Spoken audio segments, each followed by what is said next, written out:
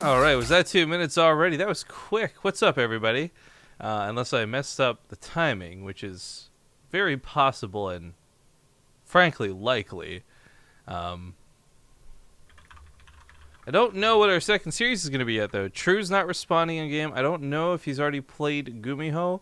That at least hasn't been updated on the bracket. Joxy still waits for an opponent in stats, so we're just kind of twiddling our thumbs. But man, oh man, I'm telling you guys, if Dark versus Patience, Gumiho versus True or Hurricane, or Joxy versus Stats, I'm like waiting to jump on any of these. And I know a lot of you guys are going to be like, Refkin, why don't you cast Beyond? Because I'm expecting Beyond to make it through to the finals, okay? We'll see some Beyond, absolutely for certain. But his first couple rounds are not that thrilling to me in comparison to some of these other ones watching, or that we could possibly be watching. Aw, someone tweeted me saying my glasses look fine. Thank you very much. Thank you very much. Appreciate it. Let's see here. Slimer says, Rifkin got some good music selections. I must say, very electric stuff. I don't have great music selection nearly as much as I do copyright clear music selection. Monster Cat we have a partnership with, and I can use their music, and it will not mute our VODs, which is always a very good thing. Major just hosted the stream for 254 viewers. What the flippin' hell, Major? What's up, man? How you doing? This guy... Can we talk about, like, the new reformed friggin' amazing Major? This guy donated a couple of bucks to the Match Reno cause for our giant fundraiser. Nice hosting the stream. Major has truly become quite the upstanding gentleman, I must say. But while we find out still what's going on with True and Hurricane, if they haven't played yet, I think walkover should have been issued by now, so I don't know what's going on. Hello. Hoping True will respond to a whisper, maybe? I mean, obviously, I very like to hop into a game, guys. But we got 3 games that are like on the verge of being set up, but not quite ready to go yet. A lot of the other first round matches are still playing, so I'm trying to figure out what's going on.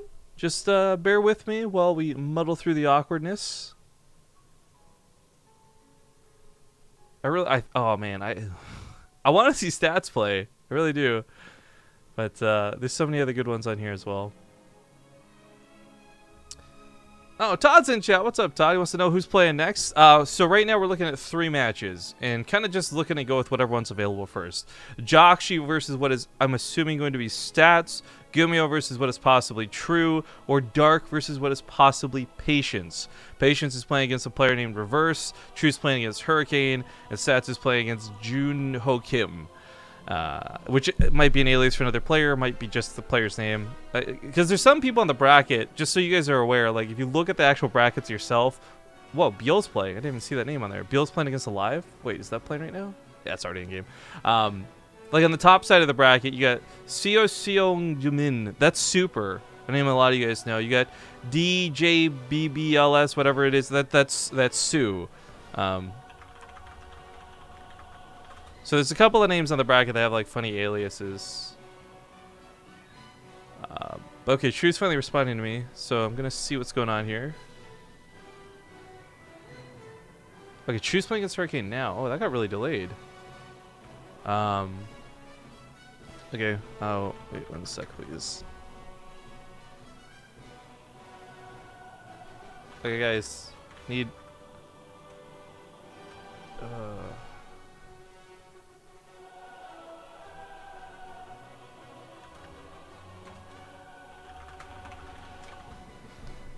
All right. I might just let this go. This is still a round 1 game. Play without me. Good luck, have fun. So True's gonna play against Hurricane. I wish them both the best of luck.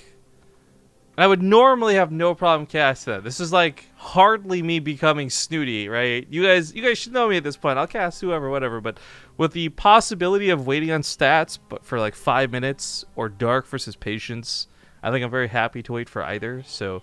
We're gonna spend a couple of extra minutes waiting to find out what's going on. I'm watching diligently at the list. I want to make sure that we catch these games.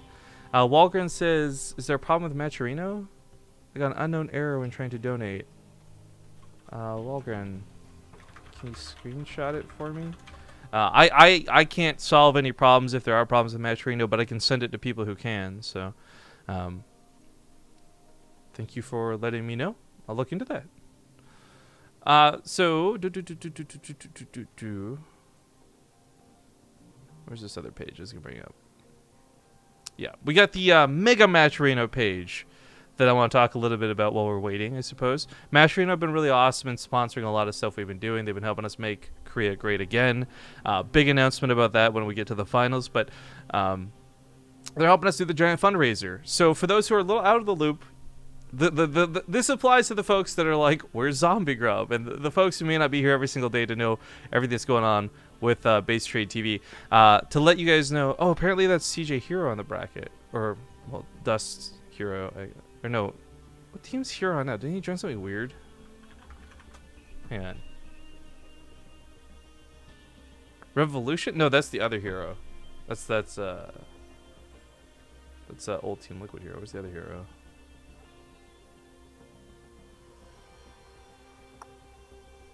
I don't know. Okay, I'll look into that later. I was gonna bring up the thing though, just so you guys know what's going on. For those who haven't been watching every single day, who haven't been tuning into a lot of the casts, we're planning to do. You guys will know it's 2016. We didn't do a big live event. We cast the Elima League Finals live. We cast the VSL Finals live. That was a lot of fun, but we didn't exactly get to throw another Hell It's About Time. We have plans to do a BaseTradeTV mega event. We want to specifically very focus on Koreans versus foreigners. So through this, we've saved up. We've got sponsors. We got things going towards $30,000. We took that $30,000 that we had sitting in our bank accounts, and we said, let's help No Regret and Scarlet create this foreigner team house in Korea.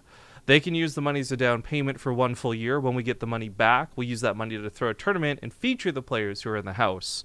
So this fundraiser we're doing is not at all to help us get a house going. It's not at all to even necessarily super get a tournament going. We've kind of got most of that covered.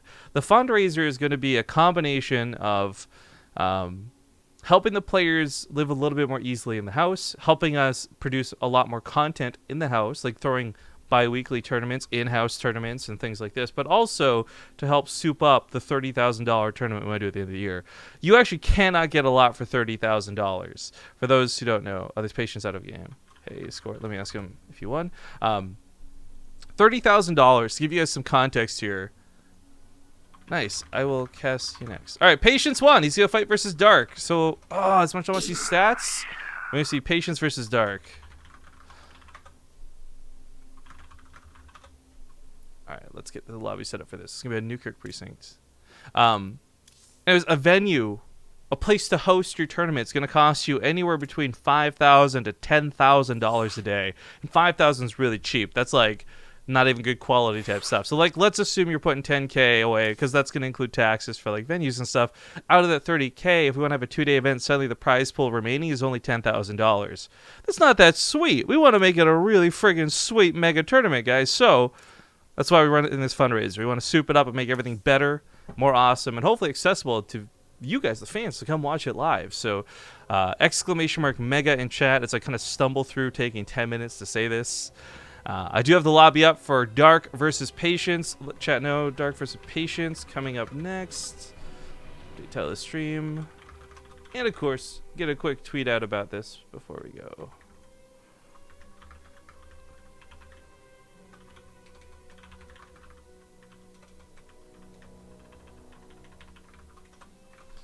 All right.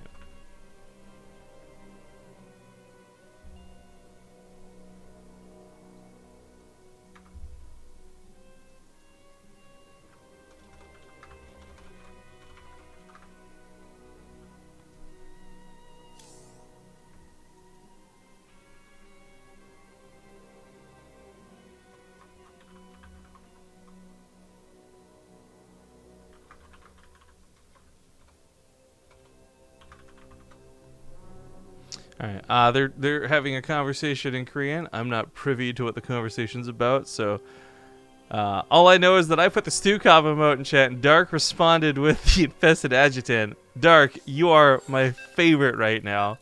We're gonna get a Newkirk precinct. This will be a PvZ. Dark versus Patience. Let's get into it.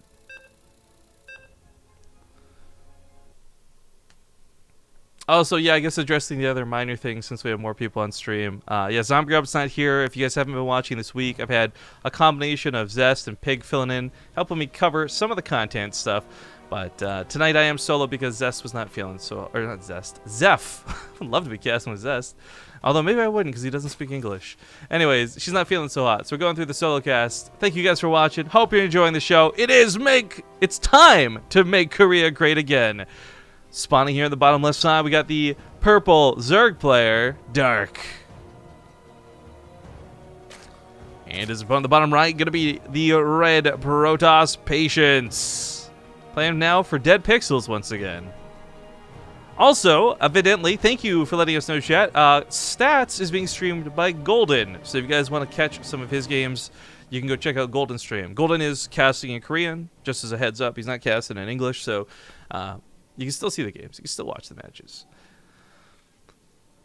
But anyways, Patience and Dark is going to be really interesting to me. Dark has been playing not just a lot of StarCraft and not just streaming a lot of StarCraft, but he's also been streaming a lot of different races for StarCraft. If you guys haven't seen his continual rivalry with Bjorn, both of them just have such high MMR. They have a kind of playoff race if they want to play into games. Sometimes they just have to fight each other over and over and over again.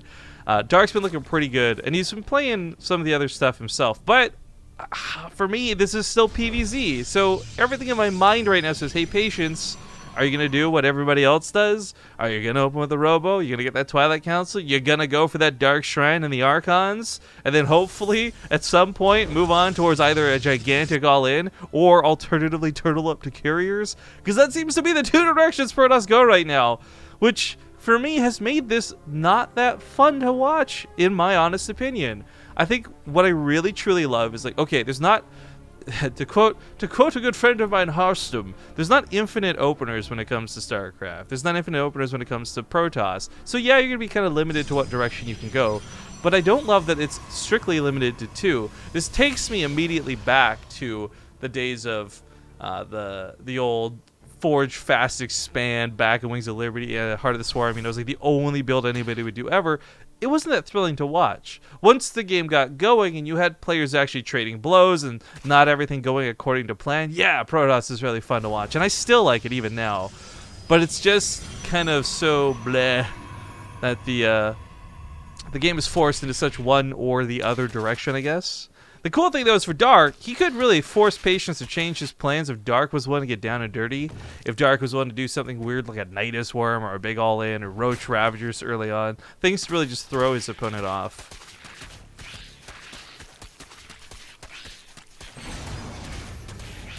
So, Mothership Core will keep this from getting too far in. Dark is actually looking to get a little bit spicy here as he gets some lings dropped towards the main.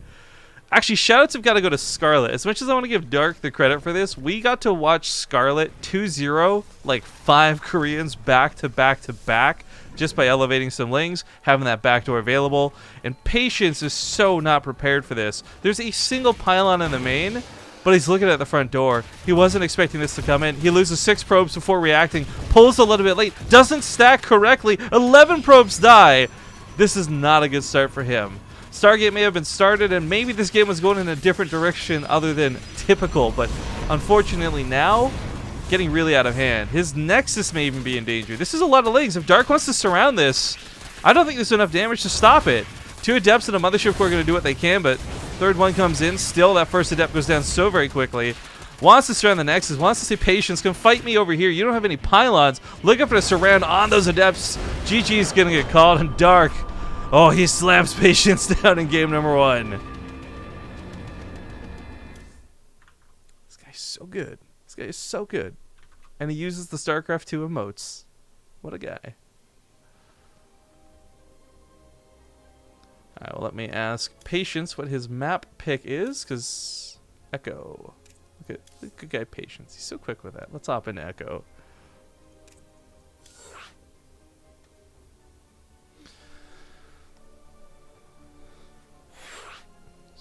A sec here, guys. Was not, I guess, the one small upside. There's not many upsides to solo casting. However, one of these small upsides that you don't have to worry about inviting a bunch of people to the lobby. 2 players and yourself, and you're good to go.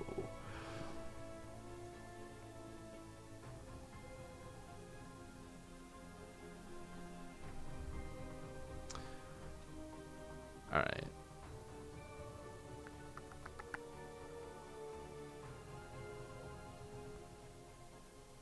Just waiting on Dark to ready up, and we'll get going.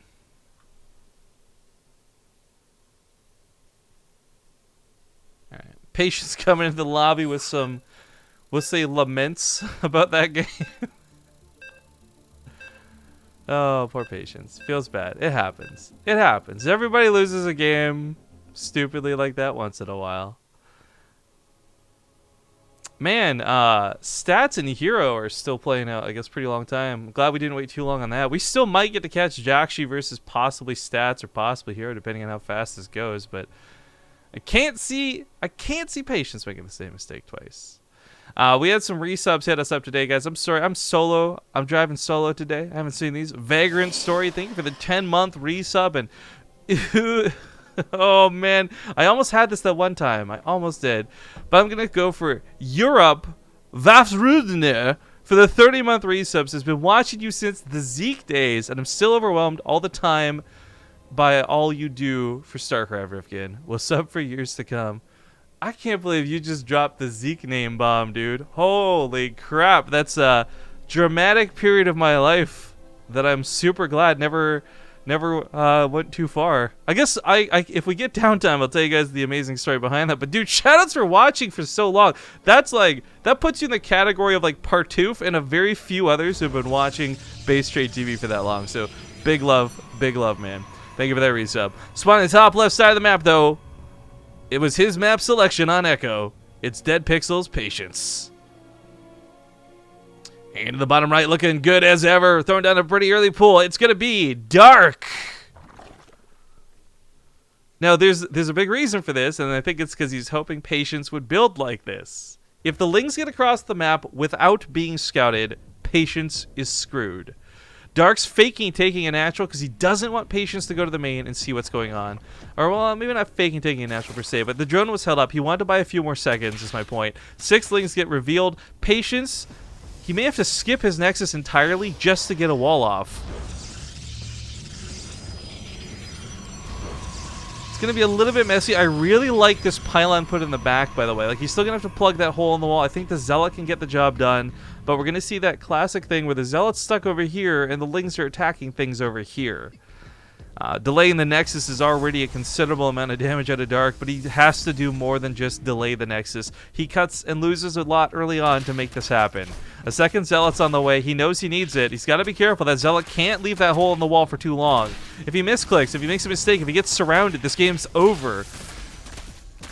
But Mothership Core starts up right away. He's almost got enough money for a Nexus. Patience, of course, wants to get an Adept afterwards, so he's still going to be out a little bit of cash, playing this super safe. The problem is these Zealots still can't really leave the wall, even for a moment if he gets surrounded. He could lose both these Zealots very quickly. Oh, and that surround almost goes down. He's going to catch one of the Zealots. That's kind of nice for Dark, but unfortunately, this wasn't a build meant to chase Zealots down. This was a build meant to kill Patience outright, if possible. So, as he does finally expand, it's worth noting because Dark did also put his own hatchery down. He's going to be able to try and drone out of this.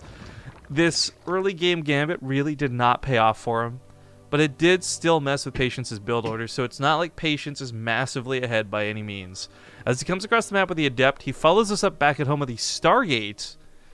Kind of an interesting choice. I think he knows that Dark's not going to have the money to build like 5 or 7 Queens. To do this, your drone count's going to have been lower. In fact, we can look at the income graph and see just how much the money difference is. So we'll say that the difference of like... Oh, we got the Adept to kind of follow it down here.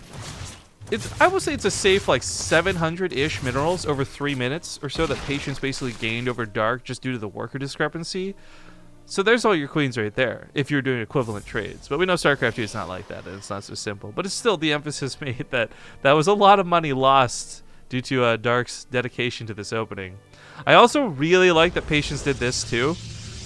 On one hand, you've got like the front door you're going to be worried about, as you would with everybody, but after having just gotten backdoored so damn hard by Dark, he takes the precaution to put down a pylon, patrol the Mothership Core, and make sure for certain he doesn't get caught off guard again. Not in the same way. And that being said, the Void Ray follow-up is going to be really nice for picking off some Overlords. The Oracle comes out right away, very expected. Looks like Spore Crawlers are going to be finishing up, though, so this is very limited in what it can do. 2 bases, though, with a layer. Roach Warren coming down. This Oracle may be better off scouting than it would be for damage right now. I mean, I think as a Protoss player, you're very happy when you see a Roach Warren. Ravagers aren't fun to deal with, but things like Void Rays and Immortals, and Sentries even, just deal with the Roaches so efficiently. So Roaches are usually not that big of a problem. Third base being kind of denied for the time being. Not that Dark is really reaching out for it. And that pulls back to that mineral line.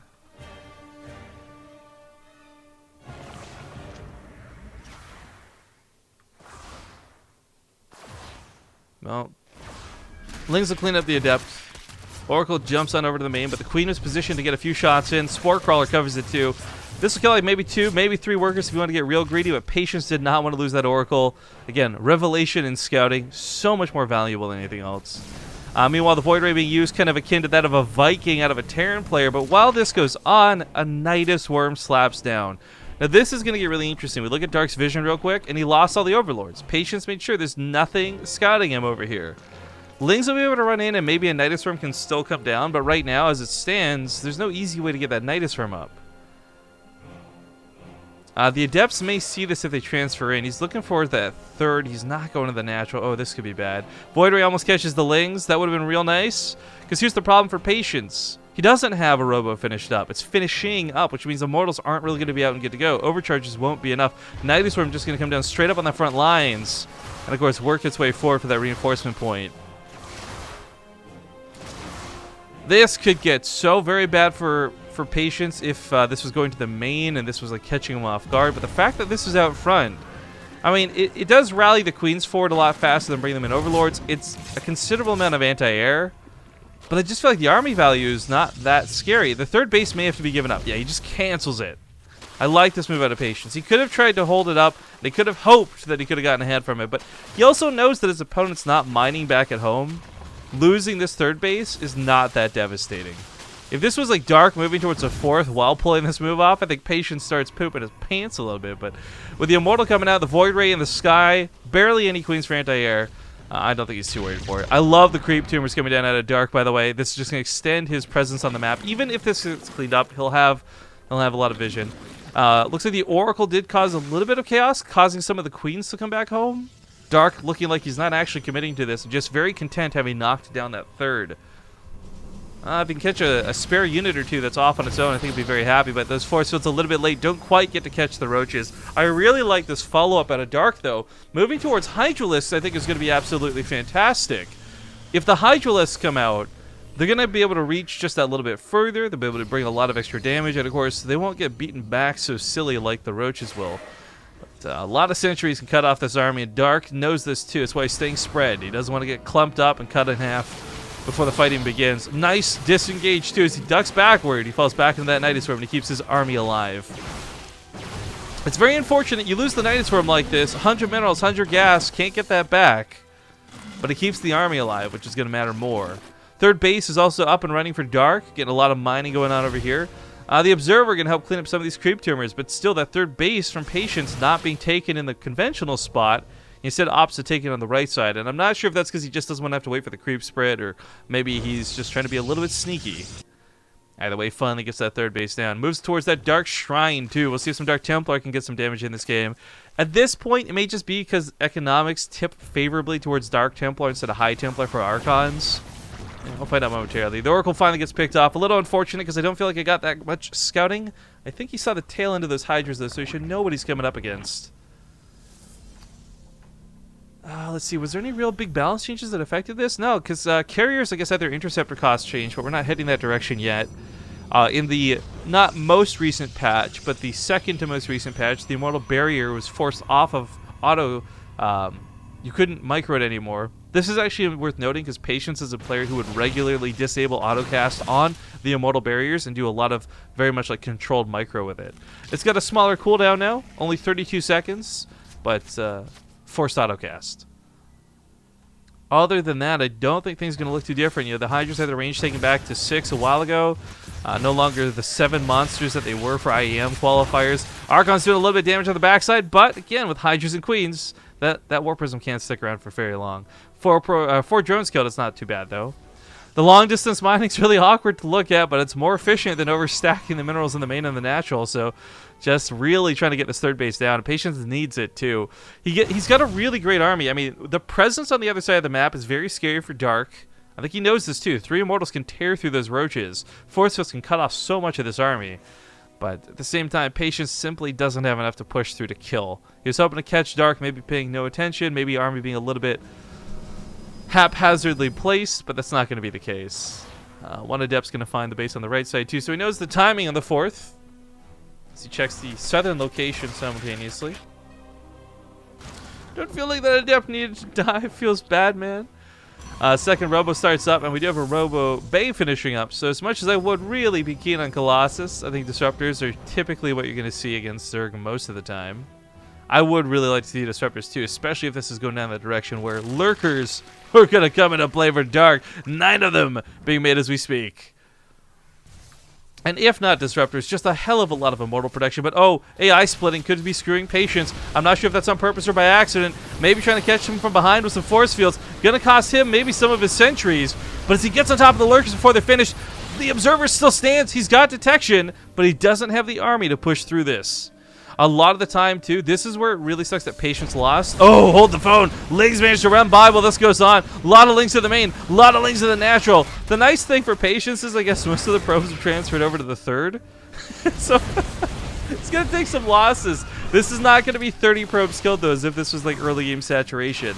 Very annoying, though, to have these slip through. Piling gets picked off in the main. Nothing too devastating. No real big techs shut down here through either Forges or the Robo. He's okay. So as he leaves the Adepts to kind of chase us around in the main, he continues to pressure on the other side of the map.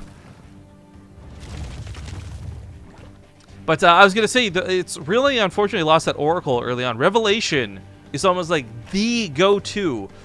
You'll always have like 1 to 2 observers in the army. There's 1 here. And for Patience, that could very easily be sniped by the Overseers if he's not paying attention. Some Dark Templar managed to get in through some counter damage. So, you know, lose a couple of probes, lose a couple of drones. Both players trading out economically here and there. Especially considering this was an early pool game, and mind you guys, it's funny to see this go to where it has been so far, but with the Disruptors coming out, Patience taking a very extreme base, I think he's still feeling okay. The Disruptor's going to do a lot of great things, but of course, let's play the equation here where the detection is a problem. At least the Disruptors can still fire on top of those Lurkers. You can kind of shoot at them from far over yonder. Baneling Nest coming down is actually a little bit strange to see. I guess that's something that is worth noting. Banelings, as you guys know, were recently given a health buff when they get speed completed. That health was reverted from +10 to +5, so not nearly as hearty as they were in the past, but still going to be really good at clearing out waves of Adepts and hopefully maybe even catching some Templar on the backsides. Looks like Patience, by the way, did take the time to build another Oracle, so Revelation on top of the Lurkers, looking good. Still going to be difficult to find an engagement angle. Adepts on the bottom side looking to, I guess, maybe try and catch this army from behind. I love... Oh my god, that Disruptor hit. Fan-freaking-tastic. Splits up the Lurkers too as he chases on in. Almost hits one of his own units. A little bit awkward. Oh, right. Forget what I said. Disruptors can't hurt Disruptors. Just other Disruptors. But regardless, 11 more Lurkers being made. And Dark took a pretty hefty hit. Patience, by the way, is finished up with that 4th, but I think right now he's focused so much on the army, he's not transferring probes over. He's got oversaturation plenty, and should get mining on the space ASAP. He does not have a good bank to work with. Once his army dies, I don't think he rebuilds it. He catches a lot of links on the south side with those AFK Adepts, though. Those trade out pretty nicely. He's going to have to fall back, but as the army chases into these Adepts, it leaves an opening from behind. All the Lurkers have to back up and reposition as Patience tried to push in. But that being said, maybe the 4th point isn't... The 4th base isn't the point of contention. I can't even English. Way to go, Rifkin.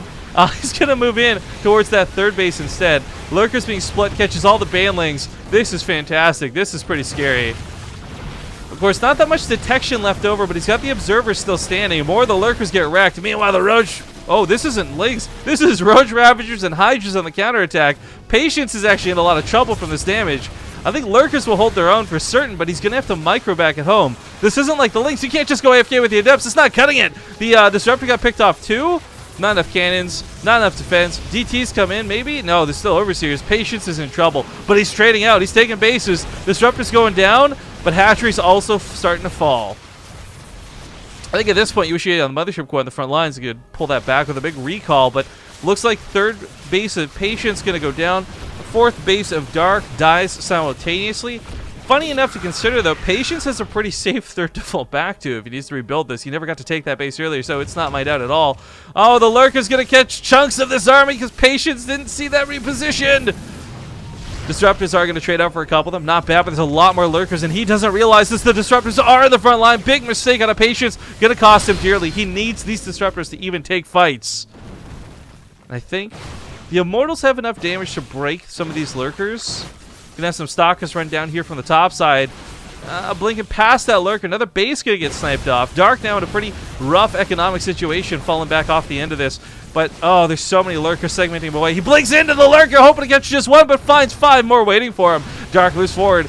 His army's not looking so great, but he's got a pretty nice surround. He comes in from the backside, too, with those Hydras. Patience is looking to push through, though. He wants to walk away from the Lurkers and fight the south side instead. Big weapon of Stalkers going to help fight this out. He's sitting on +2 weapon upgrades, and he might just be able to take this, but so much of this army's been weakened by the Lurkers. He blinks in. It was bold. It was scary, but he takes him down, wrecks the rest of the Hydras, and now Patience finds himself in a very prime position.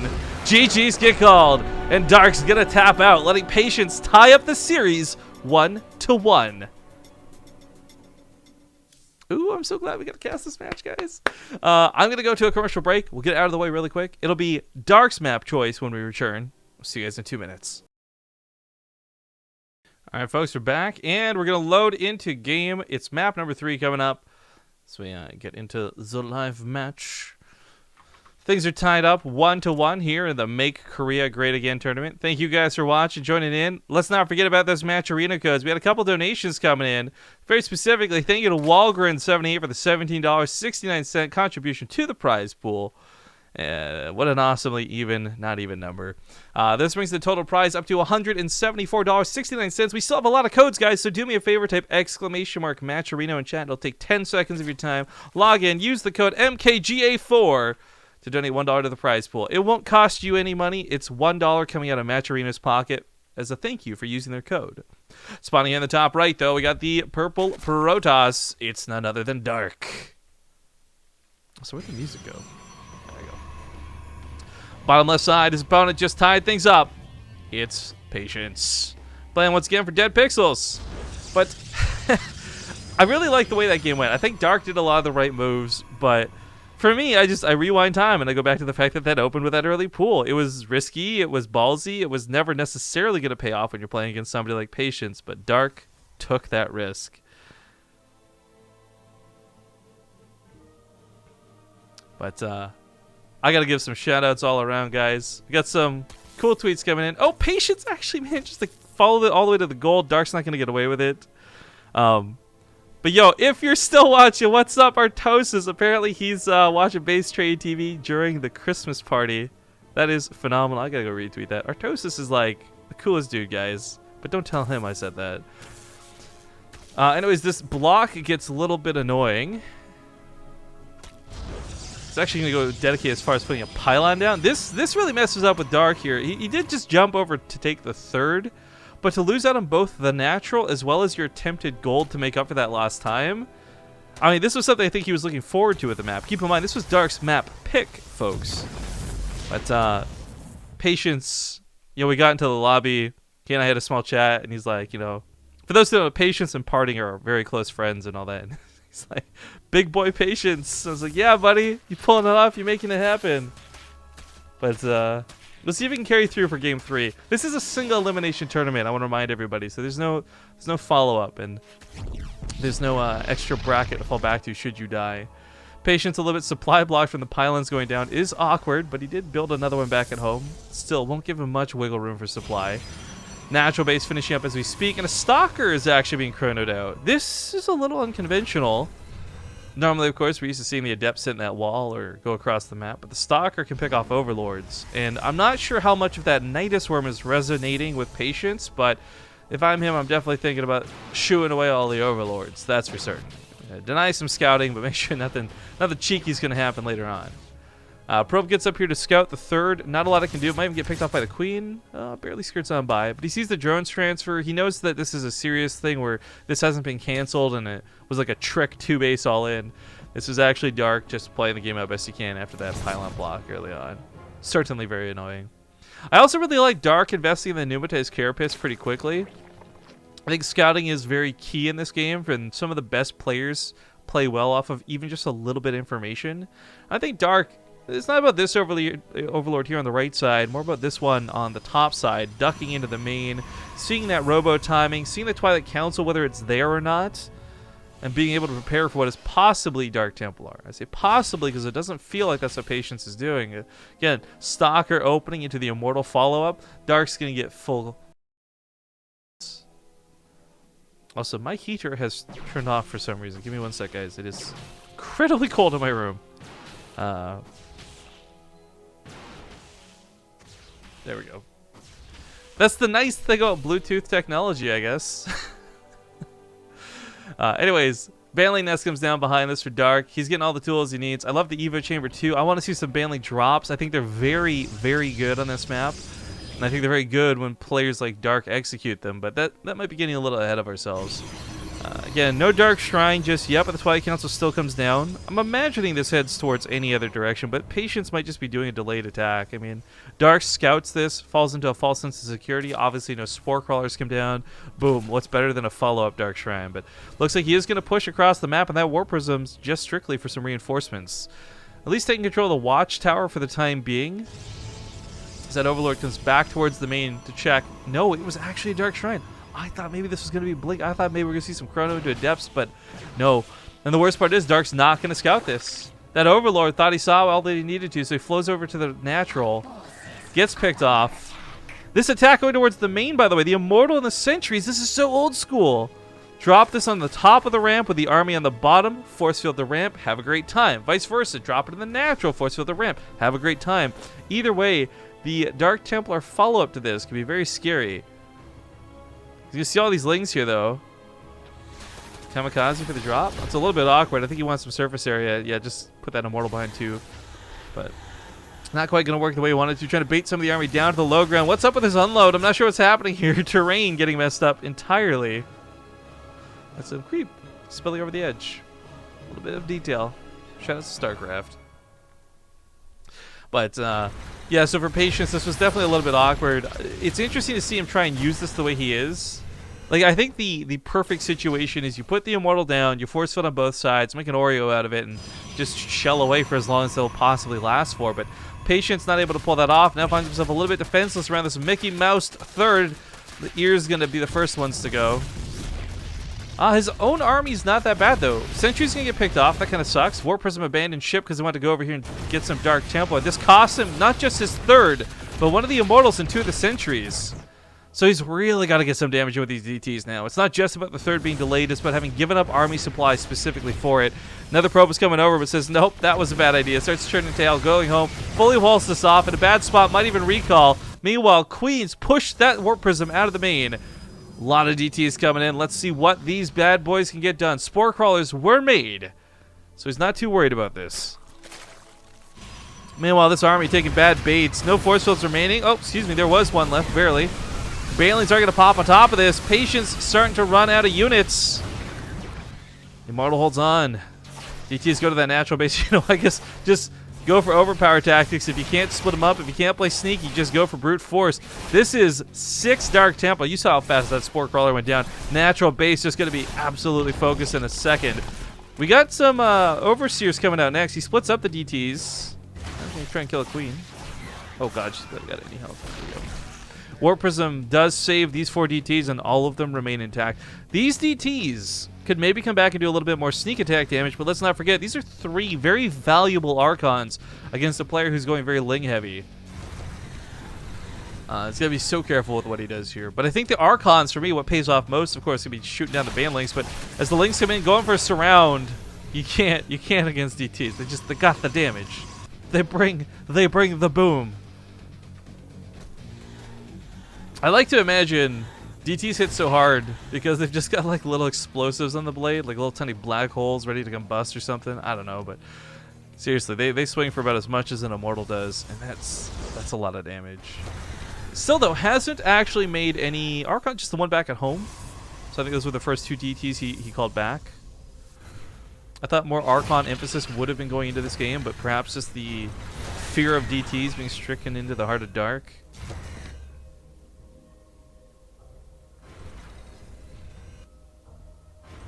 Meanwhile, more Archons getting started up elsewhere. We'll keep an eye on these DTs. Maybe he'll pull them back and just make them part of the army, or maybe he will instead just go for more sneak attacks. Either way, Patience has got a very nice army. This is a lot of supply for Dark, and it's simply just a lot of units. Seriously, 60 Lings is going to be tough to chew through, but 4 Archons, a couple of Force Fields, a lot of Adepts to shoot on top of it. Although, why is Patience splitting like this? This is like asking to be surrounded. This was so silly and dangerous. SimCity over here is not too bad. A couple overcharges go off. Cannon nestled between those pylons. Nice Force Fields out of Patience to catch the Lings. While this goes on, by the way, Dark still expands. He takes the top left. He takes his natural back. He's sitting on about 67 drones, which isn't too bad, but Patience is slowly closing in with a surround. I mean, I thought it was very dangerous for him to split his units, but he's feeling comfortable doing just that. He starts moving across the map with the majority of his army. Several Adepts and Archons on the front line are not going to be what you want to have versus these Roaches, so goes in a bit preemptively. Going to cost him. Going to cost him a bit, actually, as the Archons are the first ones picked up, but he's got that War Prism. Maybe some Micro to save the Archon. No, unfortunately not. But the Immortal comes in. Ravagers trying to take out that War Prism with the Corrosive Bows. I love that move, but not going to be enough out of Dark so far. Links him for the backside, but the Adepts and Archons are ready, and Dark finds himself in a tough, very tough situation. His army is all weak against the bonus damage of the Archons. Feels bad, man. Not to mention the Immortal in there as well. The Adepts can tank a lot of these hits no matter what's shooting at them. This is going to be nasty. The drones are stacked up behind the mineral lines. Dark coming in with those Roaches. Patience. Where's that sweet, sweet Micro boy? The War Prism really out of position for this. And the Archons are kind of shooting a little bit haphazard, but they got the bonus damage. They got the splash damage. They push back those Roaches, and Patience powering through over Dark. 71 army supply, 63 army supply, 56. A lot of that's in Roaches. Third base going to go down. I don't think Patience actually knows about the top left, but it might not be important because he's powering through the power of Adepts. They're fighting out really, really well on these front lines. They've got those resonating glaives, so the attack speed is there. Weapon upgrades might not be, but all the weapon upgrades for Dark benefit Lings, which are far long gone and dead. This is it. I think Patience has done it. He's breaking Dark little bit by little bit. New Warpins coming in. GG's, maybe? There we go. Patience, ladies and gentlemen. Gonna take down one of the best Zerg players in the world. Fantastic play. But congratulations to Patience. He moves on in the brackets, but to where does he move on is kind of the question. He'll fight against either Bales, or sorry, not Bales, excuse me, either Tails or Super next in the round of 8. We may try and catch that. Beyond has some matches coming up too. Solar's playing and advancing a little bit. We got Jockshi finally playing against Stats. That took a million years to get going. I really want to know why Stats and Hero took so long, but hey, who could complain? We got so many good matches. So if you guys haven't seen the brackets yet, type !brackets in chat. Take a look over there. I'm going to quickly show you guys how to do the match arena. That you've heard me talk about this. You're probably like, Rifkin, what the fuck? It just sounds so complicated. Why would I want to do that? Well, it's not. It's easy. First up, thank you, Incorruptible Lizard, for the $26 contribution. It says, keep up the good work, Griffin. Good luck to the players. But as you guys can see, all these little $1 donations, this wasn't people digging deep into their own wallets. This was Match Arena putting $1 into the prize pool on their behalf. Here's what you do. Top right, here, let me log out. I'll even make this super easy. Top right, you hit sign in. Once you sign in with your Twitch account, you click donate. Up here, you type MKGA4. Boom, $1. I didn't have to put in my PayPal. I didn't have to put in my credit card. Donate, and you're good to go. We have up to 200 codes available. I want to say, guessing off of this and this, we've got about 130-ish left. Get on it, guys. Please, I want to use up every single one of those codes. Let's squeeze out every dollar from Match Arena to make sure these players get the biggest prize pool we can get for them. Someone was commenting earlier, too. Rifkin, why don't you just make your overlay for solo casting? That's so much work, though. All right. We'll be back after a commercial break. I'll try and find out what match is on deck. I'll let you guys know in chat because there's a stream delay, and I'll see you guys soon. Thanks for watching.